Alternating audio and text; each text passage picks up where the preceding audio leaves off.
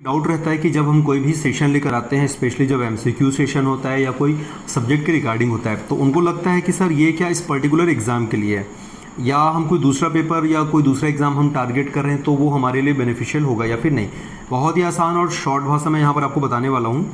जो पेपर की तैयारी हम करवा रहे हैं या यूट्यूब में जो हम आपको डिलीवर कर रहे हैं, आप देखिए क्या उसका कंटेंट या उस लेवल का कंटेंट आप जिस एग्ज़ाम को देने वाले हैं, मतलब आप जिस एग्ज़ाम की तैयारी कर रहे हो, जो पेपर आप दोगे, क्या उसमें भी वैसी कुछ चीज़ें आती हैं। फॉर एग्जांपल अगर मैं बात करता हूँ आबकारी आरक्षक है, अब वो हम दे रहे हैं या उस लेवल पे वहाँ पे जो हम क्वेश्चन करा रहे हैं, क्या वो पीएससी प्रीलिम्स में आ रहे हैं उस टाइप के क्वेश्चंस, या आने वाले एग्जाम हो सकता है पटवारी में, यहाँ पर सिलेबस में इतिहास है, भूगोल है, छत्तीसगढ़ का जीएस है मेंशन होगा, मैथ्स है वो मेंशन होगा, क्या उस लेवल के प्रश्न वहाँ पर दिख रहे हैं, उसके समकक्ष यदि है तो डेफिनेटली वो आपके लिए काम आने वाला है। आप उसको बिना किसी देरी के आप उसकी तैयारी शुरू कर सकते हो।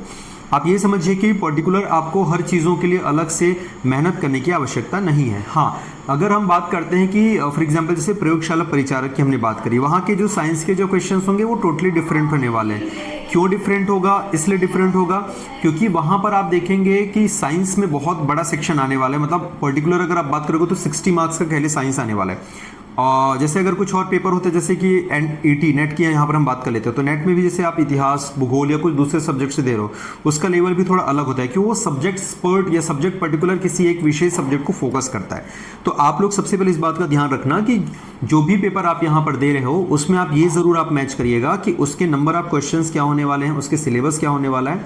दोनों अगर लगभग मैच हो रहा है, मतलब मैं ये नहीं कहूँगा एग्जैक्टली वही वाला मैच होगा आपका, मतलब सेम टू सेम वहाँ पर हो जाएगा, आप 19-20 आप कह सकते हैं, ठीक है ना। तो 19-20 के आसपास अगर वहाँ पर मैच हो रहा है तो डेफिनेटली आपको उन सेशंस को ज्वाइन करना चाहिए, उसकी तैयारी में आपको लगना चाहिए। क्योंकि आप ये समझिए कि पर्टिकुलर अलग अलग चीज़ों के लिए आप अलग अलग तैयारी नहीं कर सकते। कंटेंट वही है, मटेरियल वही है, कंसेप्ट वही है। अगर आप पढ़ रहे हैं कि भाई 1757 में कोई लड़ाई हुई है ना, 1764 में बक्सर की लड़ाई हुई है, तो फिर वो आपका उस पर्टिकुलर पेपर के लिए भी वही होगा, आबकारी आरक्षक के लिए भी वही होगा, पटवारी के लिए भी वही होगा, आपका पीएससी के लिए भी वही होगा। आपको डेप्थ जो है वो लगभग सेम मिलने वाला है, ठीक है। तो आप इस बात से बिल्कुल निश्चिंत रहें कि आपको अलग से किसी दूसरे एग्जाम्स की या दूसरी चीज़ों की आपको तैयारी करनी पड़ेगी।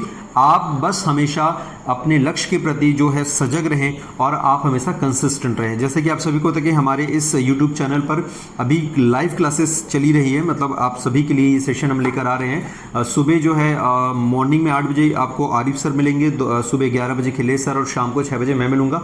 हिस्ट्री की जो क्लास है मैं यहाँ पर शुरू कर रहा हूँ, ठीक है ना। तो आप हमारे साथ जुड़े रहें, बने रहें